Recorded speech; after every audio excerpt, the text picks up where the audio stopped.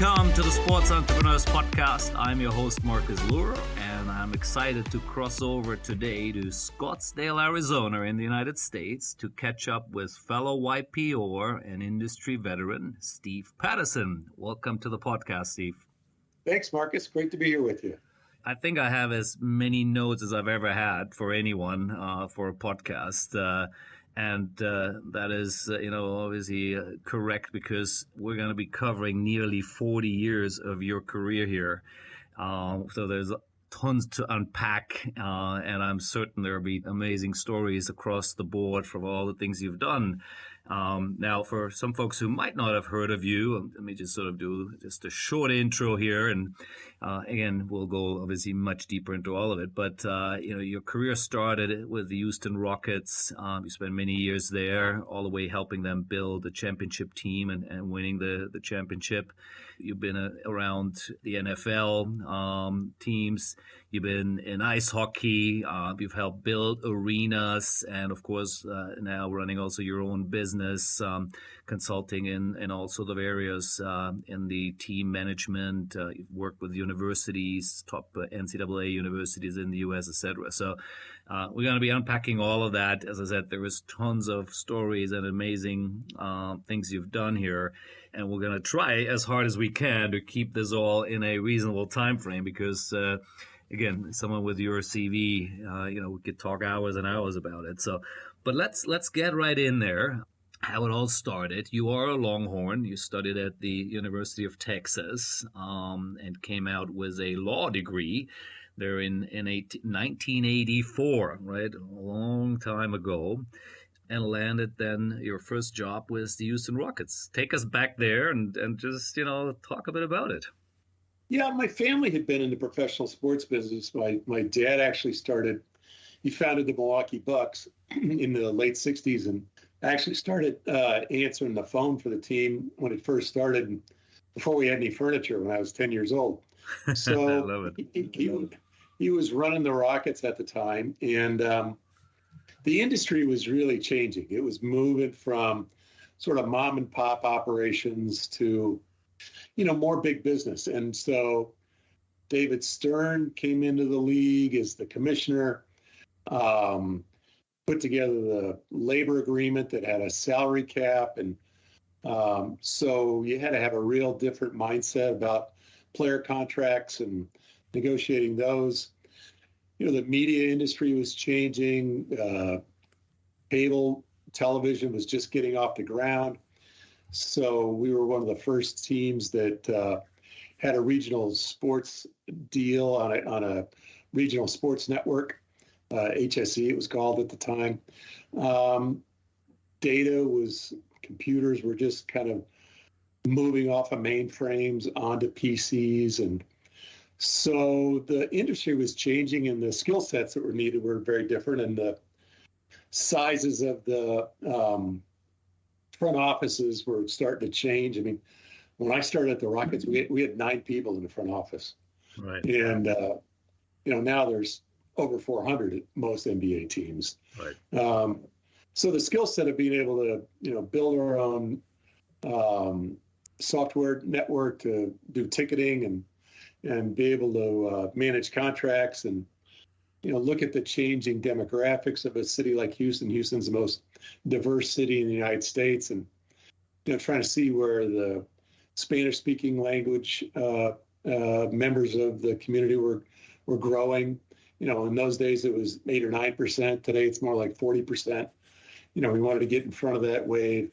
So a lot of those skill sets were needed that hadn't been needed before. So it was exciting to join the franchise. Yeah, well, I guess I introduced you the wrong way, right? You've been around then for 50 years since you started at 10 answering the phone there, as you mentioned. It is actually true. I did go to school. It goes all the way back there. Exactly. Yeah. And, that was a real different world when the marketing campaign was see the Bucks for a buck. That's how cheap the tickets were and how unimaginative the marketing was. And I can remember the guy that was on the picture of the first newspaper ads. And in those days, there was 2 papers in Milwaukee. And had a picture of this player, and it said, this fall, this man will play his heart out for you. get Buck season tickets, and you're supposed to cut off the bottom of the newspaper ad and send in a check, right? It's a little different today. He was the first guy that got cut in training camp. So I love it. Didn't work out too well. Now, before we go further into your obviously amazing career, I'd love just tell us a little story about your dad. I mean, again, there was another whole era before that. How did he get into the world of basketball or sports in general? And just give us a short one on that. Sure. Yeah, he went to the University of Wisconsin. Was an All-American basketball player back in the 40s. Played against guys like George Mikan that are in the Hall of Fame. He got out and coached and wound up being headmaster of a school. The person that was in charge of the investment for the school, and also my father's broker, led the Milwaukee Bucks effort to go public. It was very easy to go public in those days. Right. And so both my father and the school were invested in the Bucks when they were going public. And Al McGuire was the basketball coach at Marquette, a very successful collegiate basketball coach at the time. Wound up winning an NCAA championship there. And at the last minute, the day before they were going public, Marquette University would not let him out of his contract. And so there was this all-night meeting. And the only guy there that knew anything about basketball, because he'd been a collegiate player, and he played in the old pro leagues, the NBL, that got merged with the BAA and became the NBA many years ago. The only guy who knew anything about basketball was my dad, so they prevailed upon him to be the president. He said, well, I'll do it for a year, and then I got to go back to, and I'll keep my job running the prep school Wayland Academy he was running at the time, but then I got to go back, and so you got to find somebody else. Well, they hired a guy to be the GM. He decided to run for the Senate. So my father took over to the GM duties as well. They wound up drafting Lou Alcindor, who changed his name to Kareem Abdul-Jabbar, one of the all-time great players in the history of the NBA. Still the top scorer in the history of the league. Right. And they won the championship, and he decided to stick around and give up the school business. It was too much fun, huh? Yeah. Well, when you're winning 62 out of 82 games every year, that's amazing. That's a lot of fun. That is a lot of fun. I love that. But then how did he end up at the Houston Rockets then? He got frustrated in Milwaukee because we needed a new arena back then. This was in the early 70s, and the building at that time was, I think, 40, 50 years old. Couldn't get it done. And in Houston, there was a team that had just moved from San Diego, started out as the San Diego Rockets. Moved to Houston, and a bunch of folks in the oil and gas industry and real estate were the owners. And they asked him to come down there and run it, told him we'd get you a new arena right away. And so he sold his shares in the Bucks and we moved to Houston. And it was a bit of a culture shock, I got to say. Right. If you've ever been to Houston, moving to Houston in August in 98 degrees and 98% humidity with a rodeo rink on the school grounds, that's a bit of a culture change from Wisconsin. I love this. That's great. What a great way to start. So obviously you did follow in your father's footstep in many ways. You spent 10 years with the Rockets, or nearly 10 years, all the way at the end being the general manager there of the team. So let's talk about that. Let's spend a bit of time in that decade you were there. How it all started, and again, just looking at some of the bullets, on your CV here. Obviously, you guys broke, high, attendance records for the NBA. You brought the first Spanish language television show together. Highest season tickets average, and all these things. I mean, there's tons of things here, including I think the first NBA game to Mexico City. So let's talk some of those things here before we get to maybe how you built that championship team there. Tell us about the fun stories of your Houston Rocket days. Yeah, I mean, I started on the business side. And as I said, it was a period when the business was really changing. And so there was no automation of the ticket industry, for instance. It was in terms of season tickets, everything was done manually on cards. And literally you'd take a check or even take a credit card. And when you took the credit card, you had to run the little carbon copy of it, and then you had to manually record all that on a season ticket holder's card, and then manually have the tickets printed and delivered. And if somebody had a mini season ticket, you had to take out the games they didn't have and send them the games they did have, and then put the other tickets back on the system, either Ticketron or Ticketmaster at that time. Ticketmaster is still around. Ticketron is rebranded as Paciolan. And so it's very labor intensive and difficult to manage and difficult to know just where you were. And so we created the first built for a team specific software for season tickets. All right. And at that time, Compact Computers was headquartered in Houston, and we did it all on PCs. And, so we were able with a small staff compared to other people to really manage a major growth in the season tickets. And so even though we went through a period in Houston where the savings and loan industry crashed, and we had what we called see-through buildings in Houston. See-throughs were buildings that the shell was up and the glass was on, but there was nothing on any of the floors because they were all empty. Right. Because so many companies had gone out of business. And we maintained the largest season ticket base for the last half of the 80s, even through the economic downturn. We looked at it, saw that the Spanish population was growing, and so got together with people thought we were crazy at the time, but literally broadcast every game on radio, made money at it, never lost any money at it, had a weekly television show in Spanish. As I said at the beginning, in the mid 80s when we started, the Spanish speaking population in Houston was it was in the single digits, 6-8%. Right. Today it's over 40%. Right. So, we got ahead of that curve. And so a natural extension of that was, okay, well, if you have, did you, let's say, in hindsight it's all easy to say, but did you see that coming, or how did you, see the diversity coming in there already? That's a big word now. It probably wasn't a word in the 80s necessarily. How did you see that and started targeting that audience? We specifically targeted the African-American community with, the radio stations and TV stations and promotions that would help us sell in that demographic. We targeted the white folks, suburban and urban, in all economic groups. And we realized, after a few years that, we've sort of done everything we can do with those demographics, but we're kind of ignoring another demographic. Right. And so, if you're going to approach that demographic, certainly language is an important part of it, right? And making it accessible. And so we made a concerted effort, and we saw it. We saw a reaction in terms of tickets sold. We saw a reaction in terms of merchandise purchase. We saw a reaction in viewership and listenership.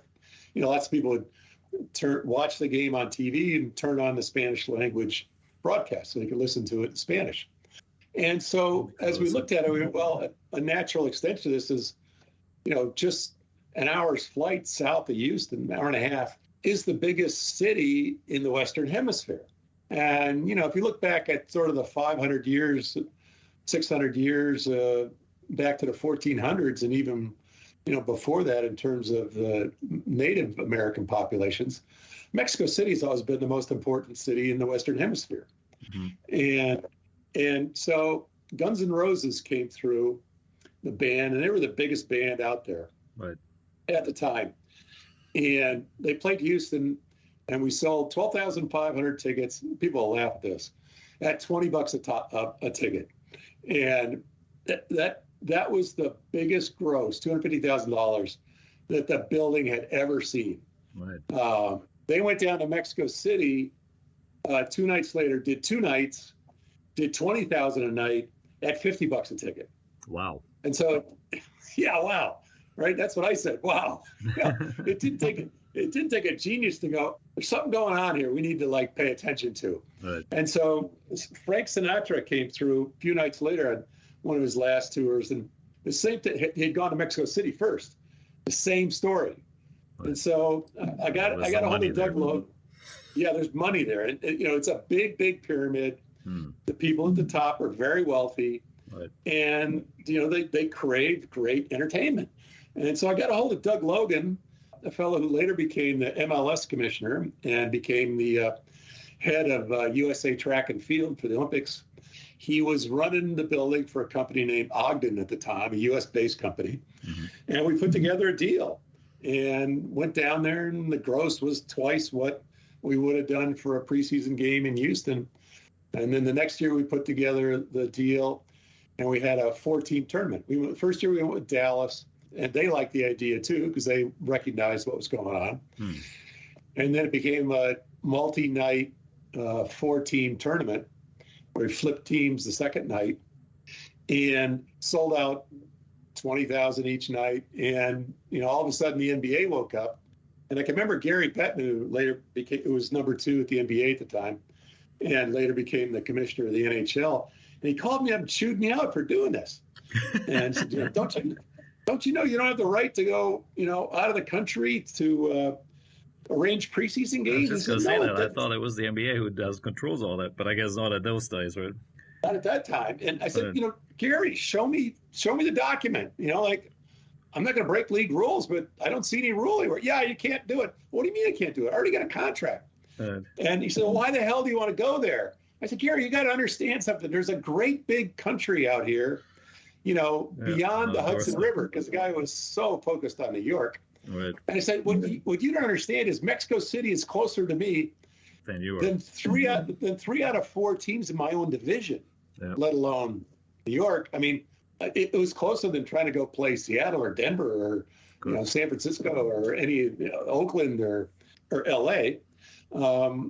So it made a lot of sense. And so all of a sudden we became the NBA's team in Mexico City. There were 9 daily papers. And so, we were getting we were number 1 NBA story on every daily in Mexico City all year round. We saw fans coming.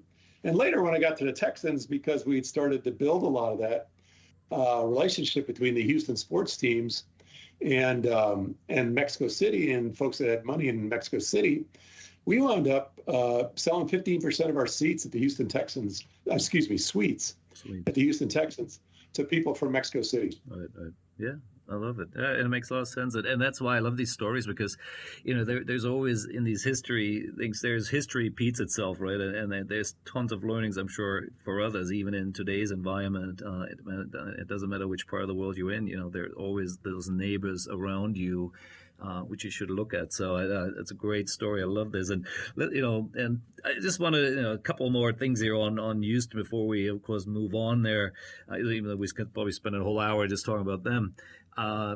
Again, TV deals at that time, obviously, we're talking completely different numbers. And I love your CV has a lot of numbers in there. So I love always throwing this out because it gives a sense and scale of right here. I think you're mentioning that you negotiated the most lucrative TV contract at that time for the club. And it was about $18 million for 5 years. Now, is that 18 per year or 18 for the whole 5? 18 for the whole 5. Wow.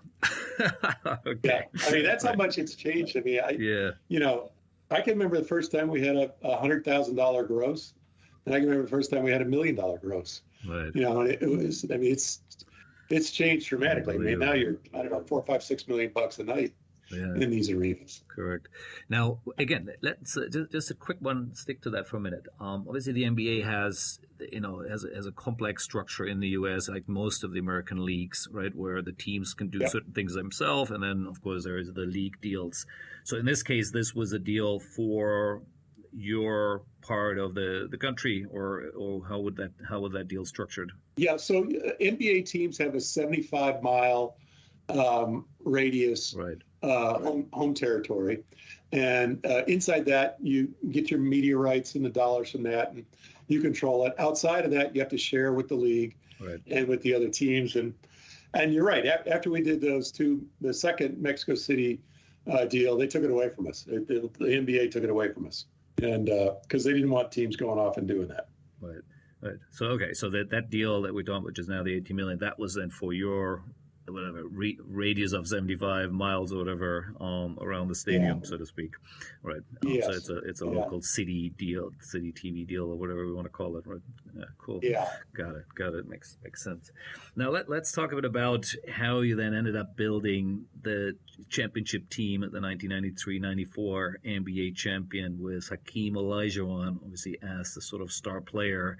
I had to check a bit around. I have to admit, I didn't quite recognize so much the other players there, but clearly Olajuwon obviously was a superstar there. Talk a bit about it. How it, taking a team from, I think they made the finals in 81, 86. Obviously didn't win it. To then, finally getting that big trophy. Yeah.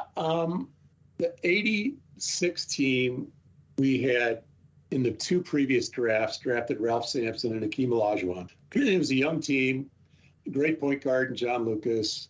The Twin Towers were what the Sampson and Olajuwon were called by the media.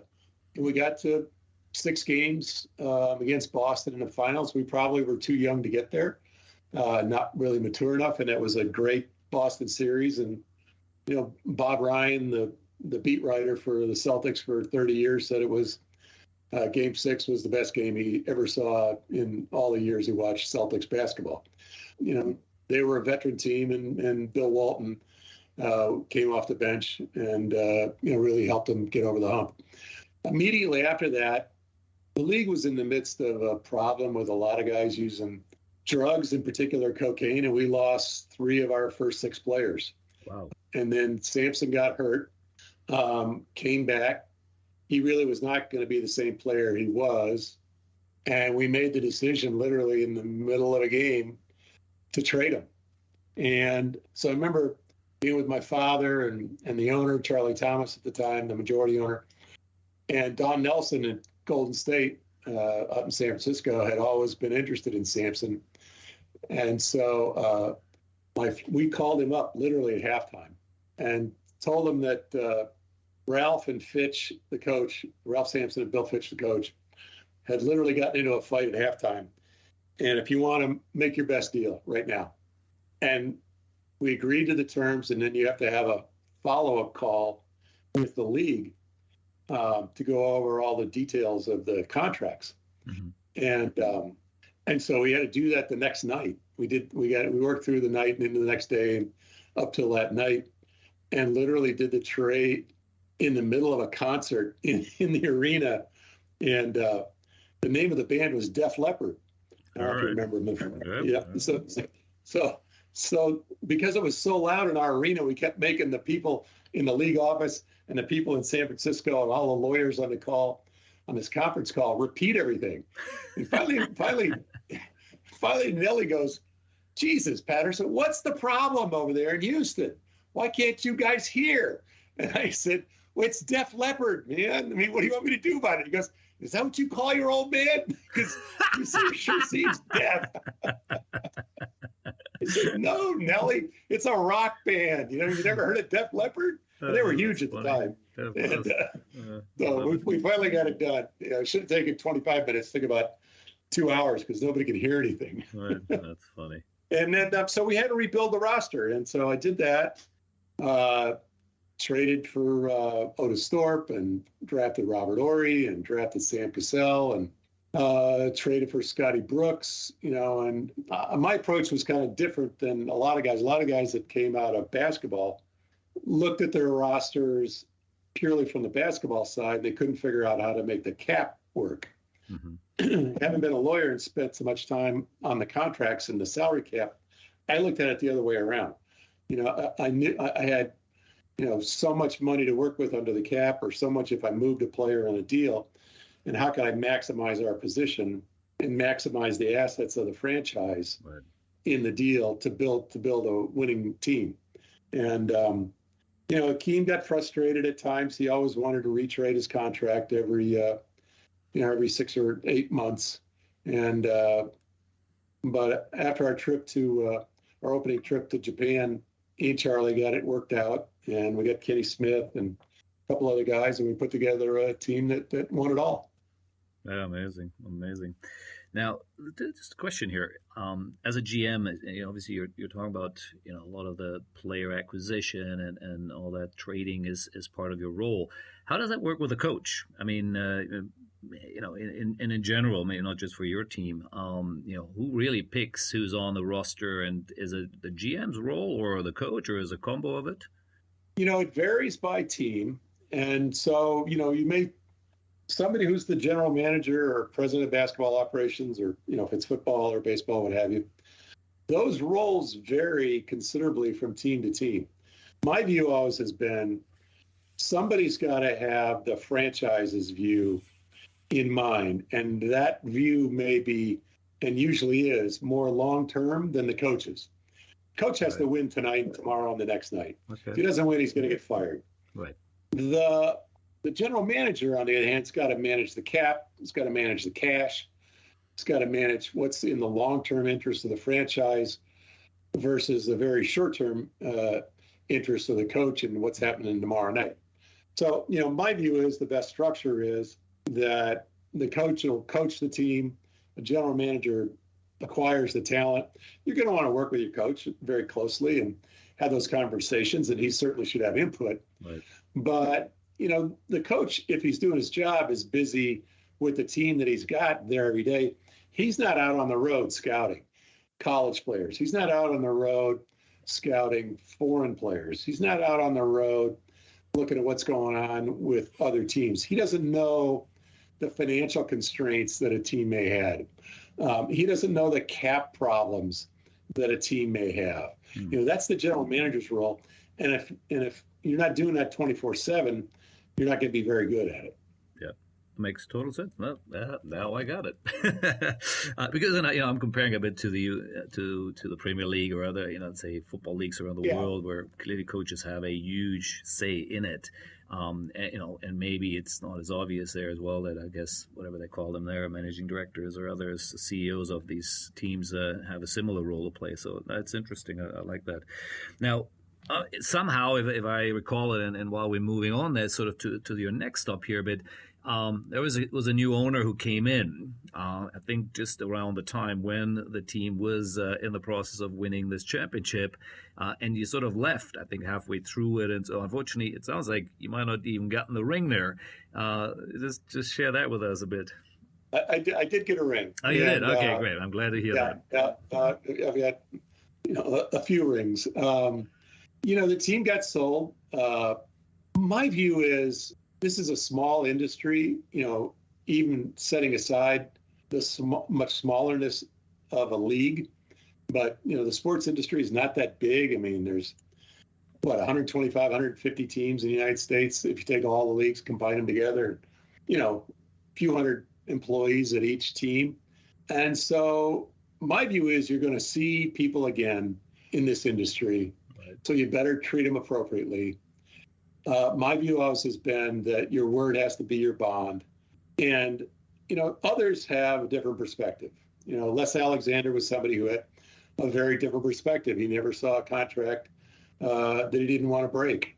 And, my father and I had run the Rockets for, 20-something years.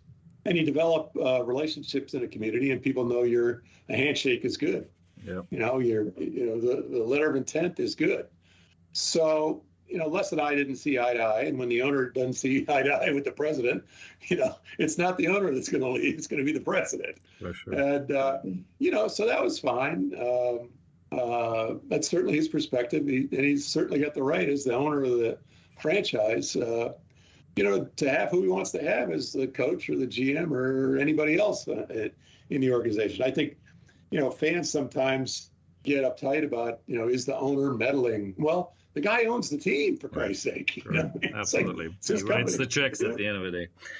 Yeah, he can decide what he wants to do. Yeah, no, that makes sense. No, interesting. And look, let's, great. That was a really interesting sort of talking about your first 10 years here. And now I want to look at the next 10. So we're talking 93 to, 203. And there are really two, I guess, two or three sort of stops, which we'll touch on and highlight. And the first one was, again, you stuck around Houston, and you ended up working in or becoming the governor, president, and partner in an NHL, sorry, no, not NHL, in an ice hockey team, but in the IHL, which I had to look up actually what that even was, to have to admit. It's called the International Hockey League, right? So tell us a bit about that. Well, it was actually kind of funny because Glenn Hart, who was the lead owner, then Chuck Watson became that. I'd been talking to him about his desire to bring a team to Houston and play in the Compact Center. And so the day after I left the Rockets, he calls me up. He says, "Well, I need a president of this team, and I want to make a deal with you. I want you to be a partner. We'll give you equity in this thing, and let's put this together." And so it's like, well, I don't have to move, and money's good, and be a partner.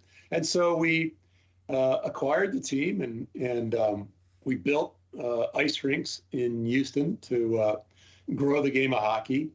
And right after we did that deal, Kenneth Schnitzer, who owned the Arena Operating Company, was deciding to sell his real estate interest in Greenway Plaza, which is a large real estate development, office towers, hotels, condos, and whatnot around the Compact Center, right. And sell his interest potentially in Arena Operating Company.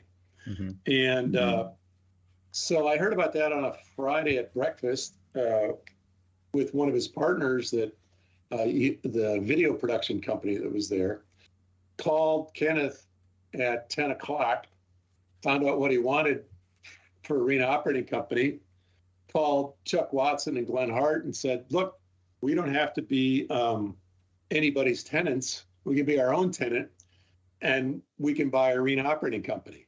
And oh, by the way, the Rockets will be our tenant." All right. Nice. And this is how much it'll be. And they both looked at each other and went, "Done. Call Kenneth and tell him it's done."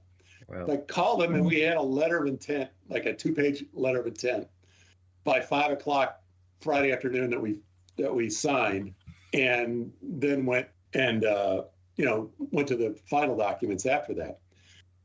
Funny thing was, we knew we were going to get sued by Les Alexander because he was breaking every contract he could, sponsors and everybody else, and he wanted to get out of the lease at the Summit. So as soon as we got done papering the deal to buy Arena Operating Company, I called Dennis Bram, who was the attorney on the other side of this deal, and I said, "Dennis, as you know, we're the new owners of Arena Operating Company." He goes, "Yeah, I know. We just finished the deal." He says, "You're probably going to want to decide who your attorneys are going to be, particularly because you're going to be in a lawsuit with the Rockets who want out." I said, "Yeah, we've already decided. It's you." All right. And he said, "Well, what do you mean, Steve?" I said, "Well, I figure we're going to be in front of a judge shortly, and we're going to be asked to interpret the contract. And the judge is going to say, who represented the Rockets in this deal? And you're going to stand there and you're going to point at me. And then he's going to say, well, who represented Arena Operating Company on this? And I'm going to turn around and point at you. And so if there's any question about what this document means, it's both of us on this side of the courtroom, not those guys on that side of the courtroom that represent the Rockets." So it worked out very well for us. I love it. Now, again, I'm not sure you can share. Well, give me some numbers here. What did the arena cost, or in the ice hockey team which you mentioned earlier you bought? Just are there some numbers you can share? Yeah, I think we bought that team for $4 or $5 million, and it probably cost us $2 million in startup costs, right, to get it up and running. Right. And we probably did in revenue. We did between $7 to $10 million a year over the years.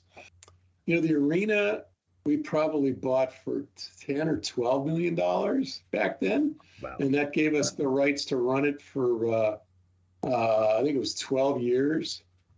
And we were netting, when I got there, about $1.5 million, and we got it up to about $5 million by the time it was maybe $6 million. So you say you had the rights then to run it for 10, 12 years. So it wasn't a so it was like a lease you purchased. Is that how it worked, or? The city actually owned the building Right. because Okay. we didn't want to pay the property taxes Right. Right. Okay. on it.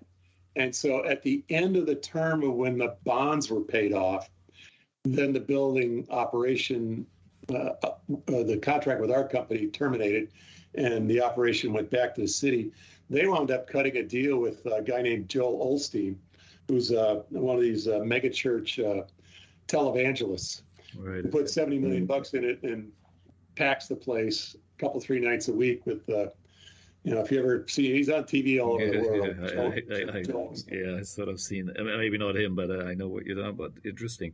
Now, I think you did negotiate then the deal with Compact, right? That was part of when you guys took over, right? So, and again, there's a number here, as I have in your CV, is 6 years, 7.5 million. Is that 7.5 a year or for the 6 years? No. That was for the 6. For the 6. Well, okay. That's how small it was. And that, basically we wanted to renovate the building, and we took all that money and upgraded the building for the last 6 years that we were in there. Right. Yeah, that makes sense. And then again, this is why I love these, because we're in the sort of late '90s here. Now a $7.5 million deal for an arena naming rights per year would be a small deal, right? At that time, it was for 5 or 6 years in this sense, right? So, good stuff. That's really interesting. Now you ended up then selling the team eventually before you moved on, or what happened to the hockey team? The hockey team stayed there. And moved actually after the end of the term of the Compact Center into the new building downtown. And then Chuck sold it to the owners of the Dallas Stars. Okay. And it relocated to outside Austin in Cedar Park. It's the Stars affiliate. Team. Okay. And so while we were in the mid 90s, 95, 96, the NHL was expanding. And so we went after a franchise, Chuck Watson and Bob McNair.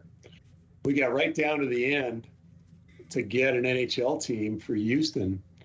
And we had the NHL Board of Governors, the owners, all there in the conference room in the Summit Compact Center. And we had a letter agreement from the mayor, signed by the mayor. And he, in the meeting, backed out of the deal. All right. And two of the best guys I've ever seen in a boardroom are Bob McNair and Chuck Watson. I mean, that's a real executive skill, knowing how to handle a boardroom well. Mm-hmm. And they're both very good at it. And I never saw the two of them so drop-jawed, didn't know what to say next. Little Gary Bettman, tough New York lawyer, drags the mayor, who's this big old Texan, literally with a cowboy hat, cowboy boots. He's about 6'6" and weighs about 275. Depression era kid that grew up and became worth several $100 million and ran the city of Houston like he was the emperor. Wow. They went out in the hallway and, boy, you can't print any of the words in a family newspaper that went back and forth between the two of them. And little 5'2" Gary Bettman screaming and poking Bob Lanier in the chest was quite a scene. Wow, interesting. I love that. Now so then we pivoted from there and went after the Texans after the NHL. Yeah, exactly. That's a perfect segue then, because obviously you then did go into the NFL, into American football, and you helped bring the team to Houston, right? From, if I read this correctly here, right? And you build everything from the new stadium to the whole thing. So let's get a bit in there, because again, these numbers I see here are just insanely large in terms of, the venue was over $400 million to build. But at the same time, you brought in massive deals, naming rights deals. The suite contracts are all in the hundreds of millions. And so let's go a little bit step by step here before I jump too far ahead. So how did you then end up, getting involved in bringing an NFL team to Houston? Right. So Chuck Watson, who was my partner in the Arrows, agreed to be partners with Bob McNair and Bob was going to be a partner had we gotten the NHL. And so we didn't get the NHL because the mayor pulled out of the arena deal. Right. And so we pivoted and went after the NFL. Bob and Chuck asked me to lead that effort. So I agreed to do that, left the Arrows. And we were competing with the Los Angeles for a team. Okay. And the league really wanted to go to LA. They wanted the size of the media market for the NFL. And so, you know, it was a heated competition. We partnered with the Houston Livestock Show and Rodeo, which is the largest consecutive night entertainment event on the planet. It's put 2.5 million people through the doors in 21 days. And so that allowed us to sort of wrap ourselves, and it's the largest philanthropy in Houston. So it allowed us to sort of wrap ourselves in the flag of doing what's good for the community and the kids, as opposed to, sucking down a lot of public money for billionaires and millionaires. And we got legislation passed to help fund public sports facilities in Texas. I worked on that, got that done at the Texas legislature, largely on the back of Bob McNair's 30 plus years of being a significant political donor in the state of Texas and never asking for anything. We got the city involved, we got the county involved, we got Metro, which was the mass transit entity involved to run mass transit to the site. And we kept this coalition together for 2.5, 3 years through the process, including a period of time when the NFL literally gave an exclusive for 6 months to LA to put a deal together. Okay. And I can remember flying back on Bob's plane, and he was having a scotch, and he said, don't worry about it, Steve. These guys have tried to build a building in Los Angeles for 30 years, and they haven't been able to do it yet. 6 more months ain't going to fix it for them. So sure enough, about 5 months later, the league called us, and Paul Tagliabue was the commissioner, asked us to come to New York. So we go up and we present where we are with what our plan is. And all this time, Bob had kept spending money on architects. Right. So just in terms of purely building a building, we were a year and a half ahead of Los Angeles because we had the site and we had the architectural drawings done. Right. And they would have had to do that in Los Angeles. And, so we present all our stuff, and finally Tagliabue says, Bob, let's you and I go talk. And so they understood we had our act together. Now it's time to talk price. And when we started, we thought it would be $250 million. Then a couple of teams Minnesota got sold for like $275, and Cleveland was in a previous expansion. It went for like 300 or something. So we started figuring, okay, maybe it's going to be 350. Bob comes back. It comes out of the meeting with Tagliabue, and he was white as a sheet. And he just looked at us and said, let's go. So all the rest of us are looking at each other, the lawyers, the architects, and county, and the city. And, everybody knew what had happened and didn't want to broach the subject. So we go out to Teterboro, and we hop on the plane, and we're flying back. And we got to let Bob just have a cocktail and calm down. And I finally said, okay, Bob, how much? What was the number? Yeah. $750 million. Wow. Which, at the time in, late 90s, and compared to everything else, we were drop-jawed. Yeah. And I said, okay, so we're not going to talk about what you want to do. Let's just have dinner on the plane, fly back, and we'll talk about it tomorrow. So we did that. And we talked the next day, and I called him up and I said, here's the deal, Bob. You're planning, whatever he was, 60 something years old at the time. And, you're planning when you're done, you've made, billions of dollars in the coach-gen business. And you told me about how you want to leave a legacy and all the money you're going to give to charity and, what you're going to give to your kids. And, the largest legacy you can leave to the city of Houston, if that's what you want to do. And he had led all the major campaigns for all the museums and the hospitals and, United Way and everything. The largest legacy you can leave is this franchise. Right. It'll have a larger economic impact, a larger social impact, a larger media impact than anything you can want.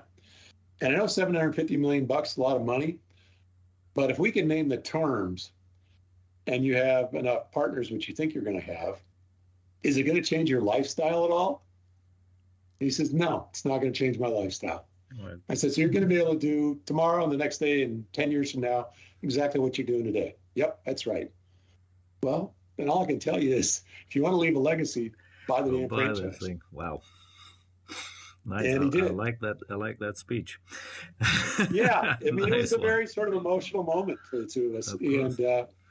and he committed, and he was tens of millions of dollars into it, which would in today's money be, I don't know, 50 or 100 million bucks. Yeah. This is 23, 4 years ago. Exactly. It was before the turn of the century. Now, again, let's let me just ask one or two questions to that part, and then we'll get into some of the other not crazy numbers which I have here. So, how do you pay that? Is it all one time? Here's $750 million. Give me the key, or you pay that over a period of time, or how does that work? Just out of curiosity. It was interesting, and so we got to negotiate the terms, and so paid it over 4 years in tranches, $150 million up front, and then it was tranches of I think 200 and 200. What's that? Okay. And then the last like 50 or 100, I forget the exact. The funny thing was actually the last night we were in Atlanta with all the owners to finish up the deal, we had to pay them $50 million. And so it was really odd. We were sitting there in Bob's suite and he was just taking a shower and toweling off. He'd just come out in a towel and the doorbell of the suite rings and we open the door and there's this beautiful woman standing there in a very professional suit, but 6 foot tall, blonde, gorgeous woman. And I went, "Can I help you?" She goes, "I need to speak to Bob McNair." And I'm like, "What is going on here? Jesus, did I get caught in something here or what?" And I go, "Can I tell him what it's about? He's just getting out of the shower." And she goes, "No, I can only speak with him." It was really weird. Well, and then finally I looked out and there's these two other big guys with this briefcase.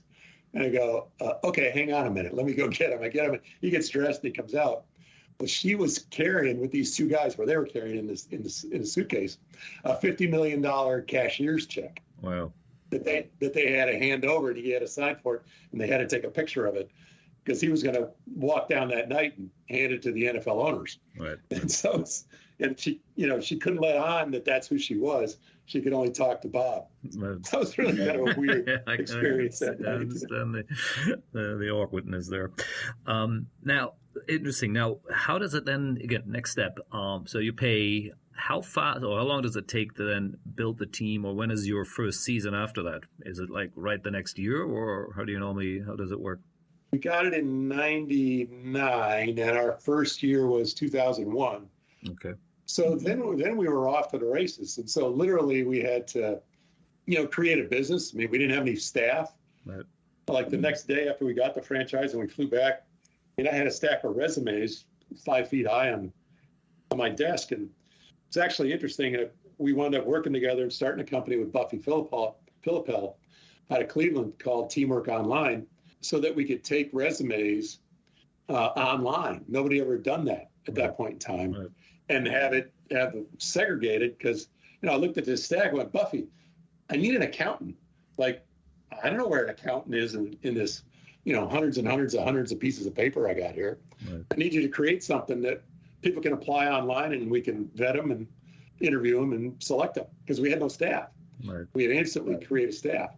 And so then, we had to finish up the documents for the financing for the building, get the building under construction, get the construction done, create a business. We had a business plan, had to hire all the staff. I did all that and start selling. And so we had like 30,000 people on the waiting list. We used Ticketmaster to take reservations. And then we had to go sell all the suites and the club seats and the naming rights. And, which created the first investment grade rated sports franchise in North America. Because, as you saw, we had like over $450 million worth of contractually obligated income, long-term contractual. Exactly. COI, which is one of my favorite words in our industry. And again, let's put some numbers out here. So first of all, the naming rights deal, this Reliant Energy, was for $300 million for 30 years. Just huge number, and obviously also the length of it is just unbelievable. We got $230 million worth of suite sales, $130 million worth of club seats, and so on. Now, let's just, again, have a quick look at that. So the Reliant Energy deal, $300 million for 30 years. I mean, that is just an insanely long deal. And of course, at that time, again, we're talking about, whatever is now 2000, right? The year 2000 or 2001 or whatever, when you're negotiating this year, that's a huge amount of money for this. So was it all about the NFL coming to town and it just being such a big thing and such an important thing that the money was just there and people were throwing at it, or was it a lot of convincing to do? No, it took work. There certainly was enthusiasm in the corporate community, but we hired a number of consultants to work on it, value it, be able to create a package, go out and meet with corporate folks, and justify a valuation. When it came right down to it, two of the biggest energy companies in town, Dynegy and Reliant, were the finalists. And the last meeting was in Bob's conference room. And at the very end, he told both of them in two separate meetings, well, we're close, but, I need another $12 million and I need it on the front end of the deal. And one company said yes, and one company said no. And Reliant said yes. And we had the largest naming rights deal at that time, in the history of the planet. Yeah. And from the looks of it, it still runs now, right? I think the company's called now NRG, right? So it is still the NRG Stadium, or correct? Right. Yep. Still, yeah. That's the parent company now. Amazing. Well, I guess that helps having big oil companies or energy companies in the neighborhood.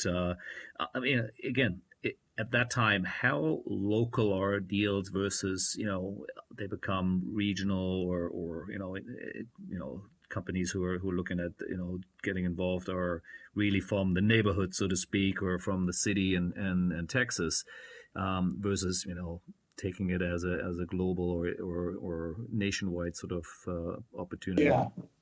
Yeah, some were local of our largest sponsors, but certainly companies like Ford and Miller and others were, Continental was headquartered there at the time, but large major airline, were major corporations, and all of them, have sophisticated sponsorship and staff and agencies that they work with, and so did we. And you're not going to get to those kind of revenues unless you can justify them for the client and the agency, and you're not going to keep those kind of revenues unless you can deliver for them. Absolutely. And so the Texans were a great platform. We delivered for our sponsors, be they local, regional, or national. And a significant part of the local and regional appeal certainly was having the Houston Livestock Show and Rodeo in the building. It's a busy building. You do a lot of events, got a roof on it. We knew we were getting a Super Bowl. We knew we would get NCAA Final Fours. So, we've had 2 Super Bowls there already. We've had 3 NCAA Final Fours. We've had 3 NCAA regionals, major soccer events. You were involved in something that was called the Super Bowl bill in Texas. I saw that here, right? So you helped basically create something which allowed the government to fund some of this, or they say the Texas government? Is that sort of what happened?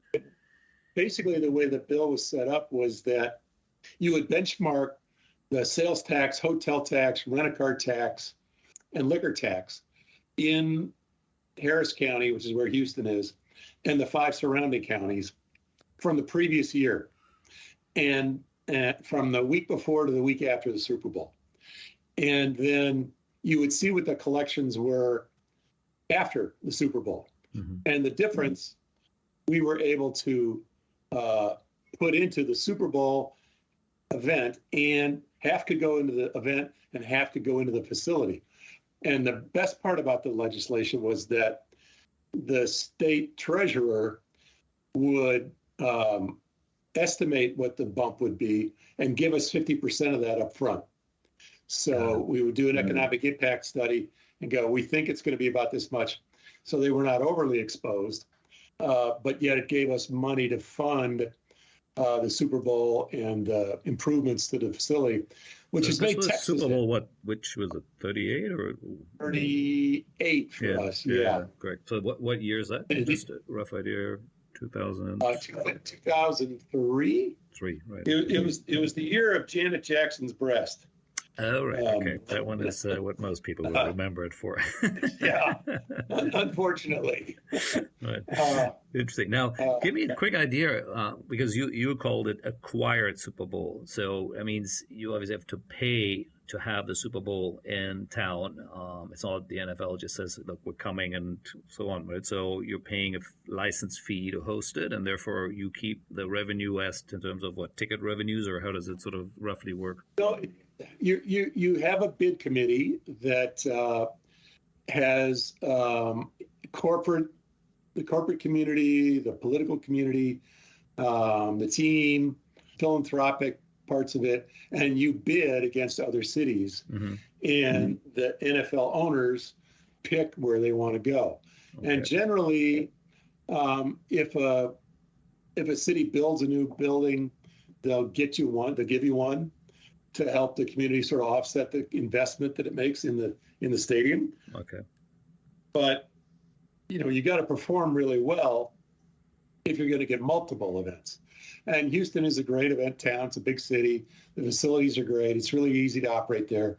It's like one thing that differentiates Houston, for instance, from other venues, because of our partnership with the Houston Livestock Show and Rodeo. They have a complete studio built just across the parking lot from the stadium. And they've spent tens of millions of dollars building it out and rebuilding it out every few years when it gets obsolete. So if you're the television broadcaster for that Super Bowl, you don't need to bring control room trucks. You don't need to bring camera room trucks. Yep. It's much cheaper to operate, because you just go over to the rodeo's offices and walk in and go, oh my God, this is the same as what we have at ABC in New York or ESPN in Bristol. And so all these kind of things, and what you're going to do with the philanthropic efforts around the game, what you're going to do to activate the game, what the hotel block looks like, what the other events are going to be around it, all goes into the bid. And it's a multi-year process, and it takes millions of bucks. But because of the Super Bowl legislation, Texas has a one-up on other states because they have the ability to capture the excess taxes generated by the event and direct it into the event. So it doesn't cost the state of Texas anything. Right. It's the vest out of their sleeves. Yeah, makes total sense. I love it. And if this was all you would have done, that would have been already an amazing career. But we're just about halfway through. So stay tuned, folks. There's a lot more to come here. So we're in the year 2003 roughly now. And somehow the NBA kept calling again, and you obviously moving from something really successful and exciting, what you're doing there in Houston, to Portland, Oregon. So just talk a bit about that switch over from the NFL back to the NBA. Yeah, Paul Allen owned the Seattle Seahawks and the Portland Trail Blazers and related companies. And he was doing a search. He wanted to replace the leadership at both those teams.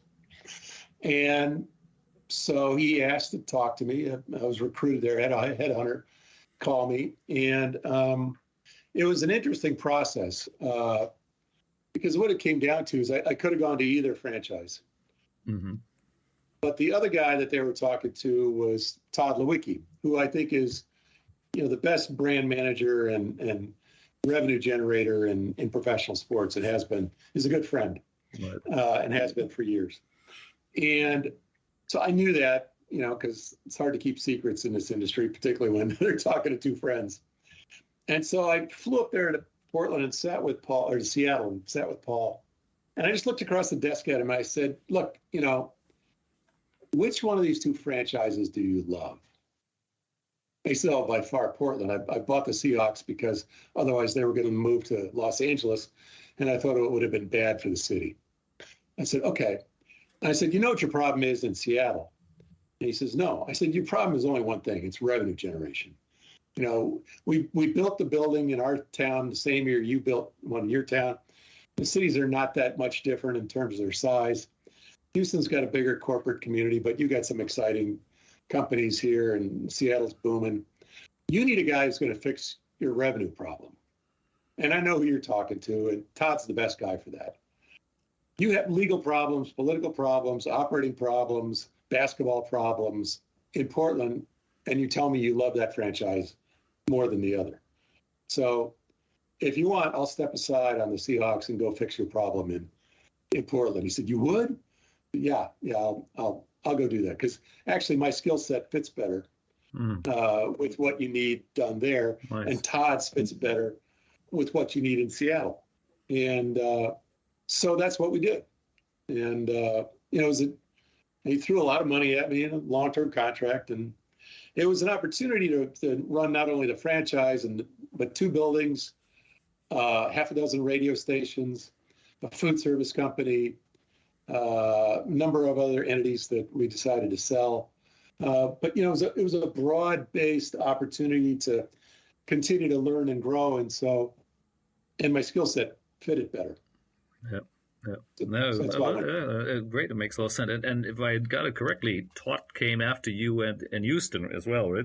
He was the GM then when you left there, right? Yeah. Well, I made it 90 days with Les Alexander. He only made it 30 days with Les Alexander. Oh, right. Okay. Because I saw he was listed as the GM for the championship team. That's how I found it when I was doing my homework on that. But interesting. Yeah. Now, again, let's talk a bit about Portland for a bit, and the 4 years you spend there. Again, some numbers here, 10-year, $182 million cable TV deal. So again, I'm assuming that is for that 10-year period. So let's say $18 million a year, already, significantly more than what we were talking about earlier when we were talking about the Rockets. You guys acquired the Rose Garden Arena, which means the team had its own home.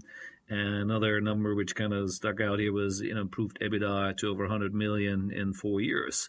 So these are all, now we're talking much bigger numbers than earlier when we're in the sort of 80s with the Houston. So where was, again, just let's compare a little bit, not just the teams from a playing point of view, but more from an commercial point of view. What is it, the big difference you saw now where we're in the early 2000s versus, something you were doing, 10, 15 years before?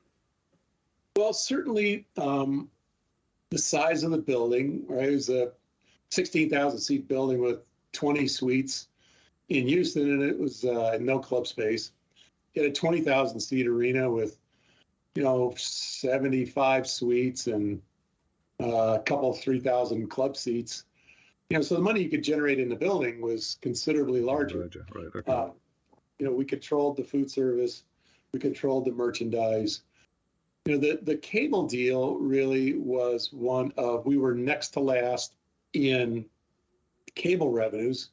When I got there, Charlotte was the only deal that was worse. Both of those were a function of people being convinced they knew how to build regional cable networks who didn't, and paid a severe price for it. So I was able to negotiate a deal and to get Comcast to come into the marketplace against the other regional player, Fox now. Right. And at the same time, the Seattle Sonics were making noise about moving. And so I was able to negotiate a deal that said, oh, by the way, if the Sonics leave, you have to broadcast our games in the Seattle market. So when you combine the Portland and Seattle markets, television markets, now all of a sudden you're sitting in the top 7 markets in the United States. And that's part of the reason that the Seattle Mariners had been successful for years financially from that perspective, because those combined markets are worth a lot more than Portland, which was the 24th media market at the time. So we went from, next to last in the league to sixth in the league, which was a major jump in helping turn around the finances at the Rose Garden. And for the Trailblazers. Yeah, I mean, the year before I got there, the team lost $135 million. Wow. And the day I got there, $135 million in one. That's their loss in 1 year. Yeah, real cash. Yeah, okay. Not depreciation and amortization or anything. Real cash. Wow. And so were it not for a guy like Paul Allen, who was that wealthy, that team would have been bankrupt. Yep. And the building with it. The first day I got there, I had breakfast with the Chamber of Commerce, and I got to the office a little bit after 9, and Joel Litvin, who was the league's lawyer, was on the phone when I walked in, and he started screaming at me. He was trained by David Stern, so he knew how to drop F-bombs left and right. And I finally got him to calm down. I said, Joel, what are you screaming about? He said, you didn't pay the luxury tax. I said, what are you talking about? He goes, you guys owe us $52 million in luxury tax, and it was due at noon today, Eastern time. It's now 12:15, and you haven't paid us. And if you don't, we're going to take the franchise away from you. And I had to go, Joel, this is my first day on the job. I just finished having breakfast with all the city fathers. You're the first guy I've talked to. We don't have a CFO here. They fired him 6 months ago.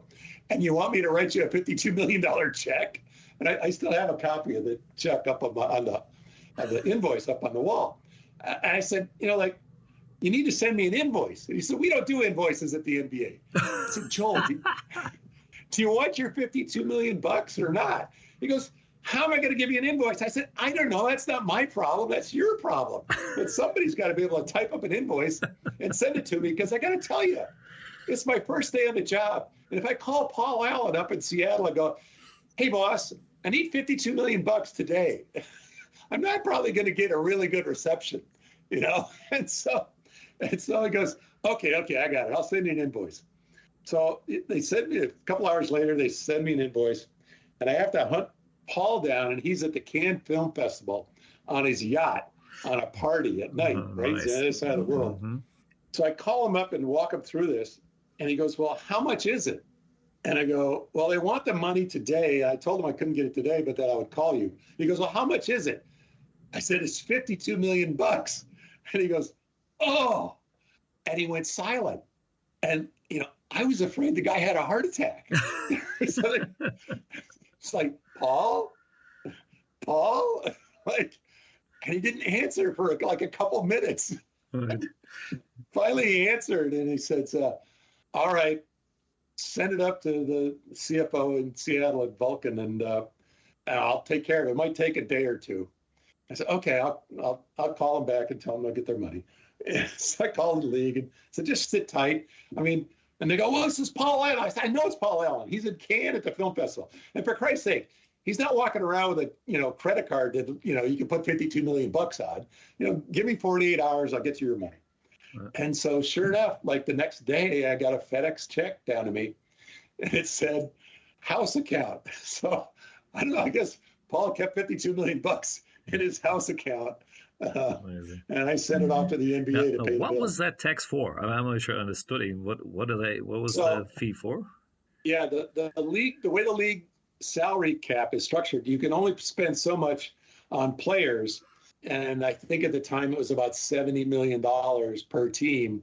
Okay. And for every dollar you were over $70 million, you had to pay a dollar for dollar tax to the league, which then they redistributed to the teams that were under the cap. Got it. And so our payroll was $132 million.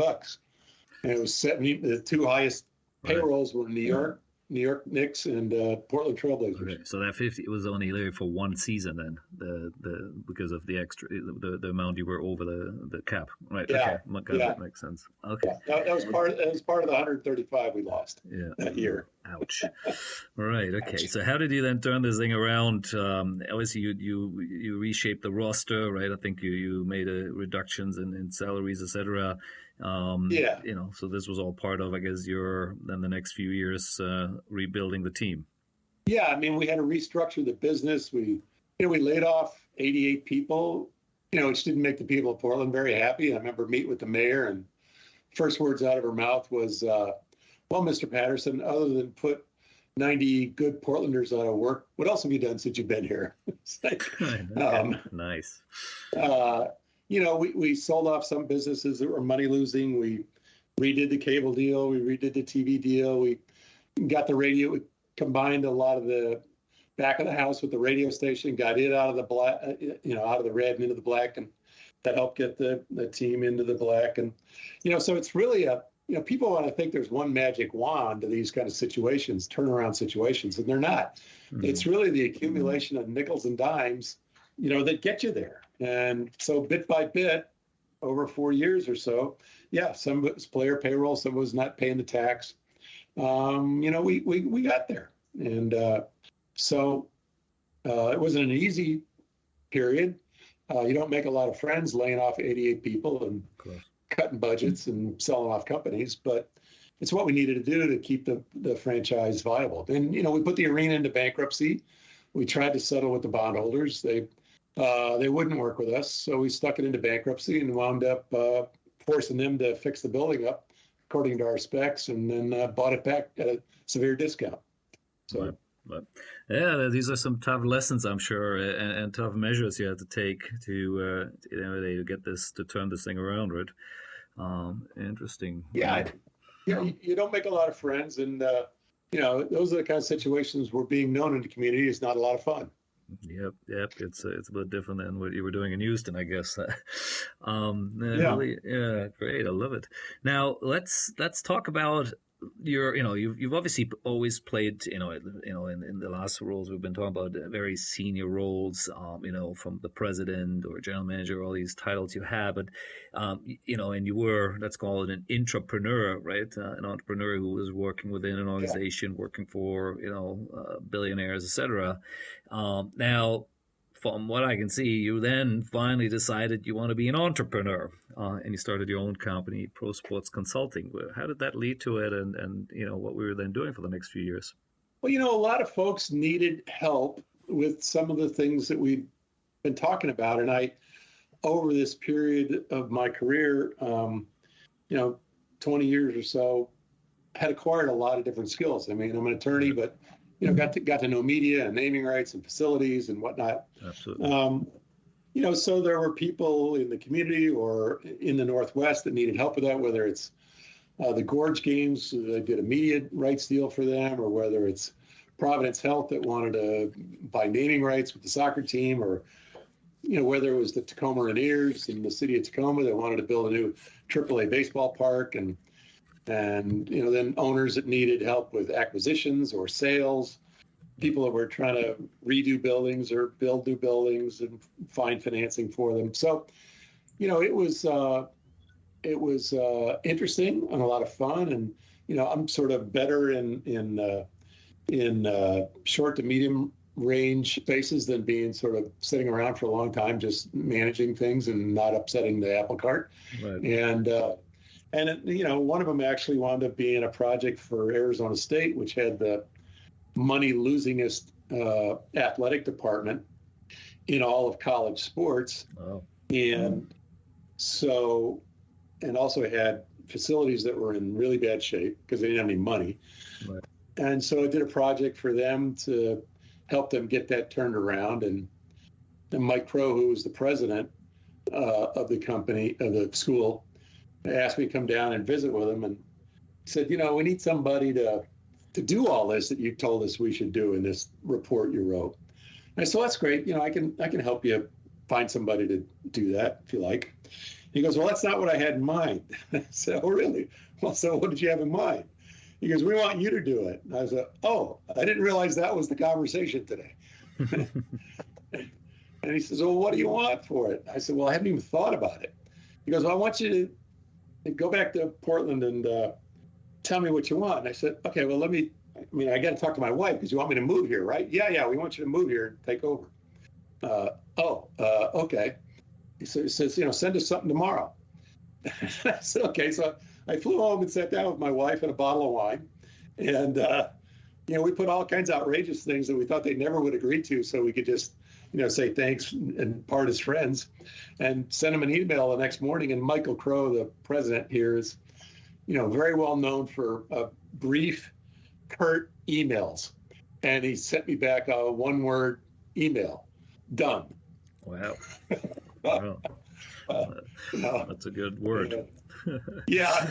So I didn't think they're ever going to, agree to all this stuff. So when you started Pro Sports Consulting, you were still in Portland then at the beginning of the time, yes, after you finished with the Blazers, right? Okay. Yeah, but I did projects all over the country. I mean, I did. Right. I remember there one project in Johnstown, Pennsylvania, where we figured out that the county judge's nephew, who was running the building, was stealing the building blind, and the town is kind of known as being a center of the mafia. How old were you just when you started, let's say, that entrepreneurial journey here? What was roughly your age? I guess I was, 50. Okay, right. So they're, again, some people always think, entrepreneurs are always whatever in their 20s or 30s, So in your case here, you took your time and now you did, at least for several years until, I guess, this sort of particular project, which we just talked about with Arizona State University, then came along. You were doing different projects. I love it. Now, and I had started companies when, certainly the Arrows and the Arena Operating Company. I mean, I'm the guy that put those deals together, and right. I was a partner in those, and correct, and also worked there, and and then Bob's football startup was, a startup. Yeah, I didn't own it. Right. Yeah. No, exactly. Yeah, exactly. Yeah, that's what I mean. You did play. Obviously, you were part owners in certain things already earlier, but here you're running your consulting business, which is, again, it's a bit different, right? Now let's let's talk a bit about those two stops, which then what I can see here, first Arizona State University, and then you went actually back to your alma mater, University of Texas, as the athletic director. So, again, very different jobs, I guess, in a sense, and different levels of it, right? You said on one side ASU were, whatever, the worst performing athletic department, but you guys did a bunch of really good things again. I can see something here with, 120 million fundraisers and, acquiring teams and renovating, not teams, the venues, etc., for the university. And again, I think that's something similar you ended up doing there with Texas, with UT later on as well, right? What's the big difference between all the pro sports stuff you did and then you're getting into, let's call it, college and amateur sport, right? Just share that a bit. I think that as an administrator, I think one of the benefits of being in the pro sports space is really, for the most part, you got one owner to be accountable to, and he may have his whims, right, and feelings about something, but that's all you got to do is, long ago when I was working for my father, I asked him, well, what do you think the key to the business is? He says, you got to win some games, you got to make some money, and you got to make the owner look good. Mm-hmm. Right? It's real simple, those three things. Okay. And that's really pretty much true in pro sports, right? In pro sports. Yeah. In the college space, particularly for large public universities, right, that are funded partially, used to be majority, but no longer is the case, that are funded partially by the state, you have far many more constituent groups that you have to keep happy. Those could be the state legislature, those could be the governor, those could be the board of regents, the president of the school. The faculty has a say in how athletics are run. You've got students on the main campus, student athletes that you have. You got to make sure that the student athletes are fulfilling their academic obligations, which certainly is nothing you have to worry about in the pros. Yeah. You've got far more student athletes, 500, 600, 800, depending on the size of the school's athletic department. male and female, 17 to 24 years old, with all the issues that come with leaving home And hormones. and and being in hormones, being away from home, and depression and mental health issues and eating disorders and injuries and keeping the legislature happy and keeping the donors happy. Tons of different stakeholders with different agendas, right? Yeah, so it's far more difficult. And, so many different teams. So, the season is so much longer because you've got at a minimum 16 teams, and some schools have up to 32 teams. So there's a game or multiple games, every night. Yeah. In the spring, I'd go to the tennis match for a little bit, walk over to the softball field, and we had a really good softball team. So they have the run rule in softball, which means after 5 innings, if you're up by 7 runs, they call the game off. So, we were pretty good at run ruling people. So we had a really good team. So, you could watch a bit of that and the game would be over. You could watch over, go to the baseball game and, then come back and, watch the last of track and field or something. Let's talk a bit about UT here. Again, I love the numbers here, which are, so it's the largest at that time, and I'm sure maybe it still is, athletic department with a budget of $180 million with over 300 staff, 500 students, etc. Now, again, I'm just looking at that number. I have to admit, I went to TCU at Texas Christian University, which is a smaller private school. I have no idea what the budget is for their teams, but $180 million looks large in any level. Talk us through this. What is that money spent on, and how do they make the money back? Yeah, it's actually kind of interesting. The university, state law says that no private enterprise can make any money off of a public facility. So the numbers are a little deceiving at Texas because the school owns the arena on campus, and therefore to not have the promoters of the concerts make all the money, and I'm imagining air quotes here, out of the arena. The school, meaning the athletic department, which is actually a separate affiliate of the university, it's not really legally part of the university the way the English department is. The athletic department has to be a co-promoter in all of the events. All right. So the ticket revenue that generally goes, 90+% to the promoter and the band, right, actually flows through the athletic department's budget. So, that'll push it up $15-20 million a year. So if you took that out, it'd still be in the top 4 or 5, but it was a big Texas ego thing to say you always had the largest. So, after I got there, I wasn't going to say, well, guys, we're really 4th. That doesn't sell in Texas too well.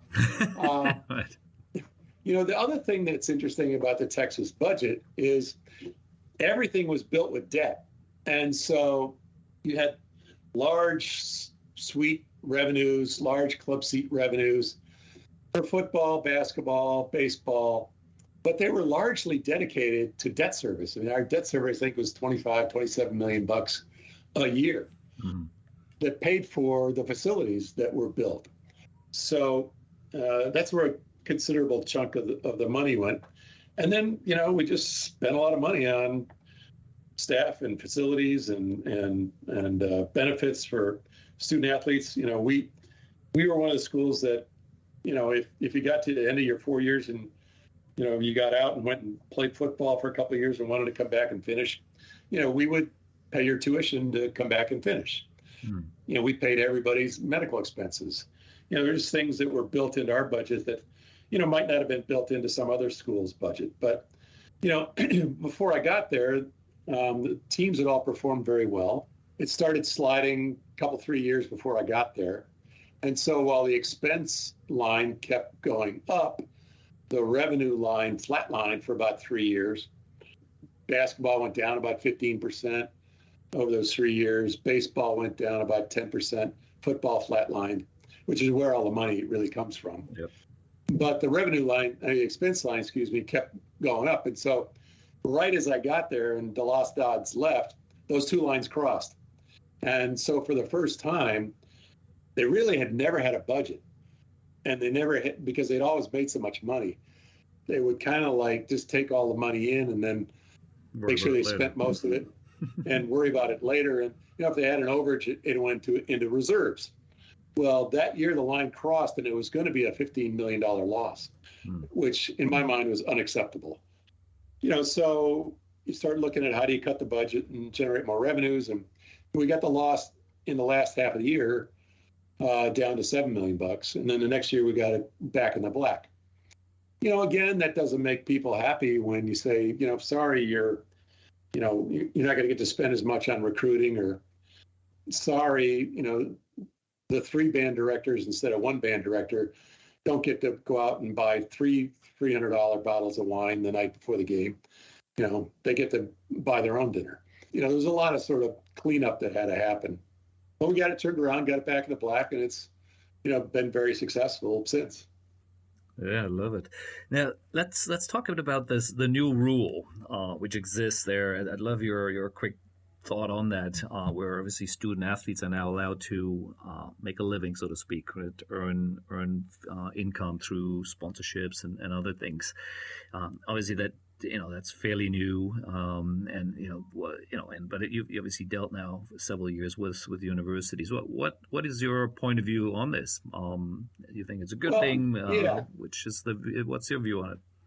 I think it depends on the sport. I think that the universities and the conferences got in this position because they did a lousy job of communicating.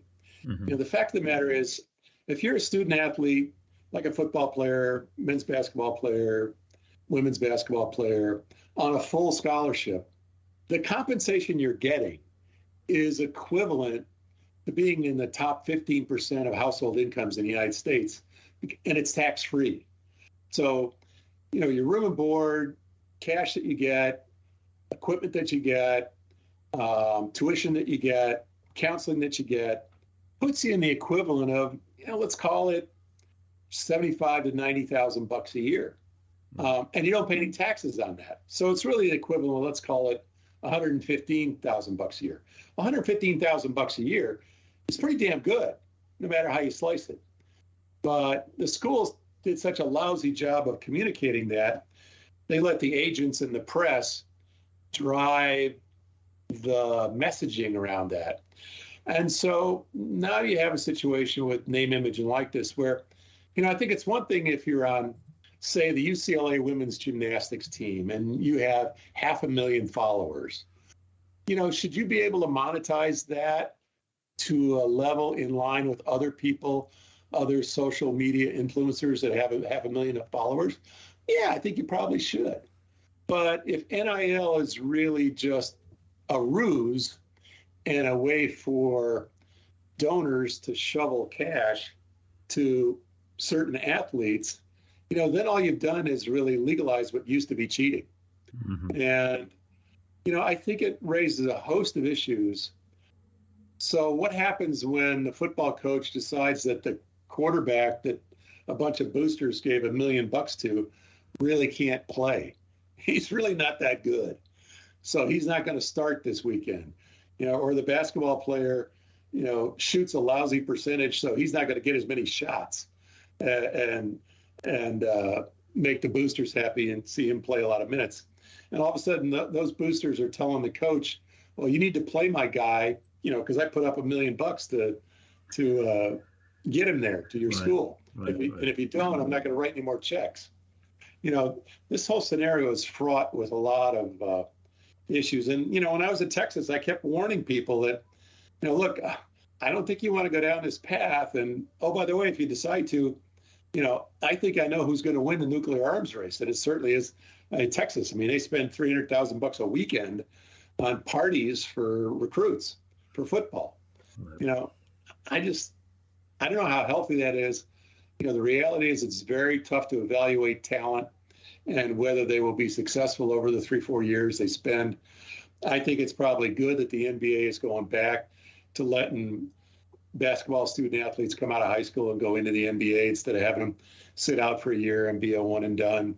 I think the baseball model is the best. You can either go out after your high school year, or if you go to college, you got to stay 3 years. that way you have people that really are interested in being students versus people that want to go in the minor leagues. But you're probably going to need federal legislation to have a level playing field between the various schools. Interesting. I mean, obviously, I read about it, and whatever you can sort of, and obviously the opposing views on it. And my view always was like, okay, like I said, I mean, the athletes don't get paid. Maybe they have other financial benefits by being a student athlete, but at the end of the day, there aren't, some of them will never make it to the pros, which means, there is income streams there help generate for the university or for the NCAA in general at large, with multi-billion-dollar TV contracts, et cetera, which we all know exist. Why not make some money or let them make some money with that? That's obviously a simple way to look at it. But as you just explained, there's obviously it's a lot more complex and there are, problems with it, potential challenges with it. Yeah, I mean, but the reality is they do get paid.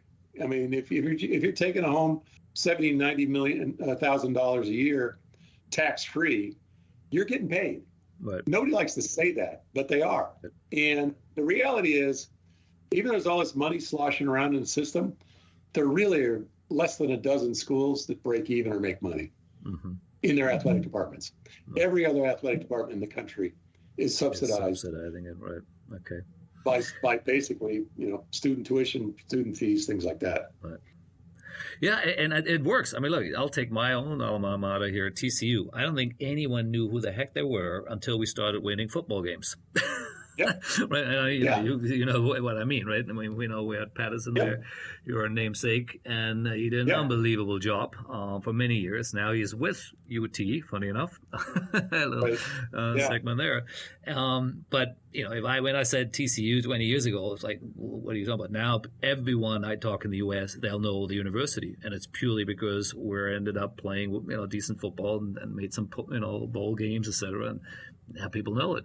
It's, so it does work, I think, on many levels. Yeah, it does. And, the attention to the school is a positive. The difficult thing for the public schools, and, the private schools, they can decide what they want to do, right? It's a private enterprise and they charge what they want for tuition. The tough thing for the public schools is you've got conservative Republicans cutting the support for the public universities, forcing the schools not to be able to raise tuition. And then saying, but we want a successful football team and athletic department on the other side. Well, how are you supposed to pay for it, right? I mean, the reality is the finances don't work that well for the vast majority of the schools. And it is a system that has worked well for the Olympics, for the university athletic departments, and for the most part for the student athletes. And there's a significant amount of misrepresentation about what's going on. I remember people saying, well, how many T-shirts do you sell of Johnny Manziel at Texas A&M? Well, the reality is the schools don't use that name. And so you may sell a blank and somebody can put a number on it. You put a number on it, you put Lure on it, you put Patterson on it, you put Manziel on it. But the school doesn't get any more money for whatever letters somebody stitches on the back of the jersey. Right. Interesting. Yeah, I mean, it's interesting to compare as the pro side of it, which we talked about, in depth, and then the NCAA, which of course is a money making machine, right? And recently there was another announcement of another huge major TV deal, right, into the billions of dollars. And so it is incredible to see those sort of numbers. But like you said, it maybe really only is a few handful of universities who know how to keep their nose above the water, and the rest still runs a loss with it, which is, it's not such a good thing, right? I guess it shows there is something wrong with the system. Yeah, and the NCAA really is the schools, right? Yeah. And the big schools there, and the television viewership largely driven by the big schools. I mean, everybody likes a Cinderella, but how many of them really drive viewership? Absolutely. They help subsidize the smaller schools' athletic departments with the distributions that they get based on how well their schools perform in the NCAA tournaments. Yeah, absolutely. Now let's we start getting to the bit of the finish line here with your amazing career. And there are a couple more stops here I want to touch on while we slowly wrapping it up.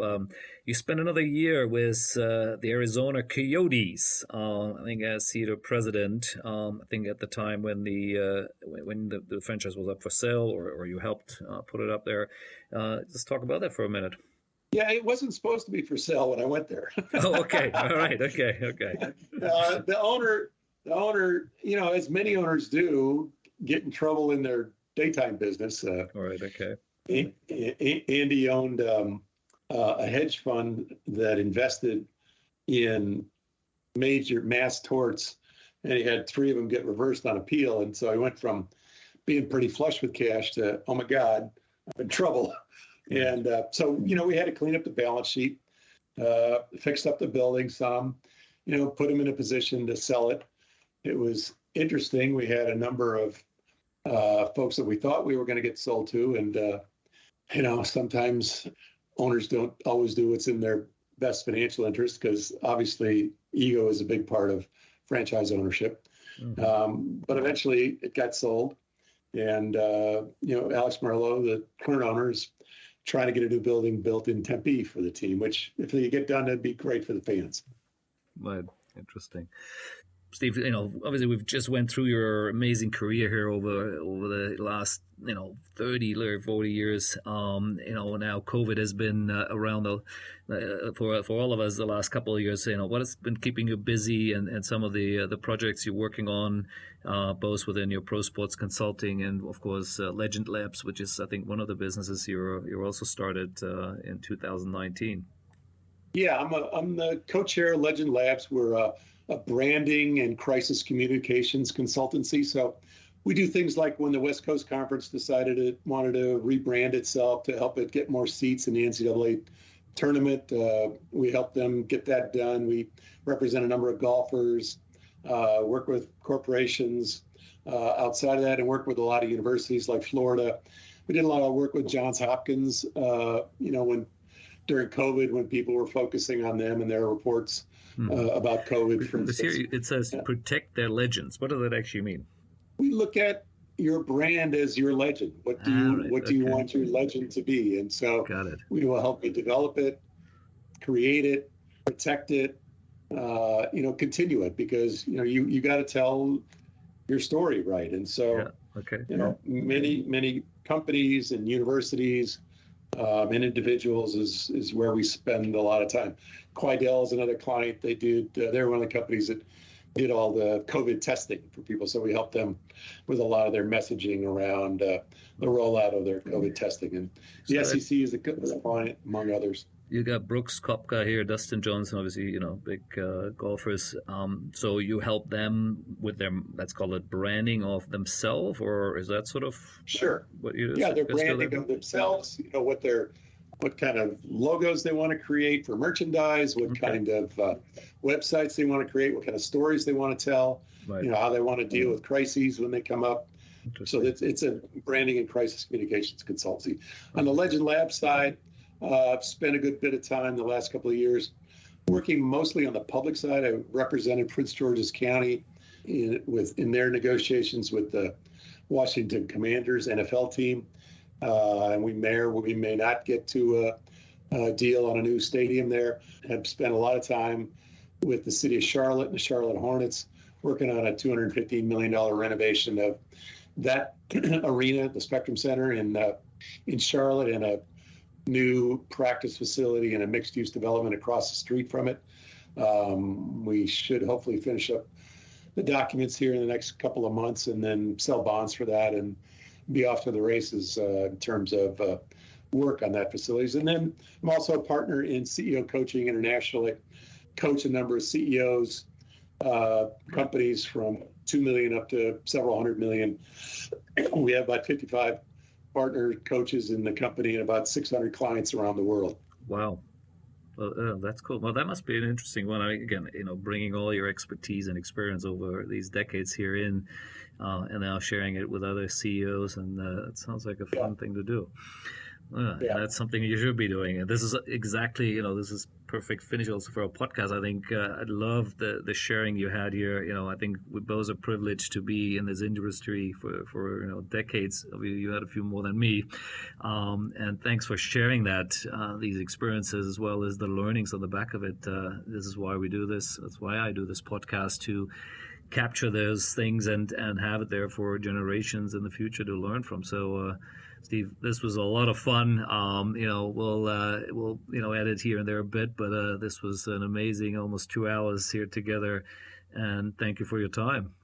Thank you, Marcus. Enjoyed doing it, and hopefully it's a benefit to your listeners, and good luck with everything out there. Look forward to hopefully seeing you again sometime soon. Definitely. Yeah, it was great to see you there in Vietnam, and we'll catch up again soon. So have a good evening there in Scottsdale. Thank you.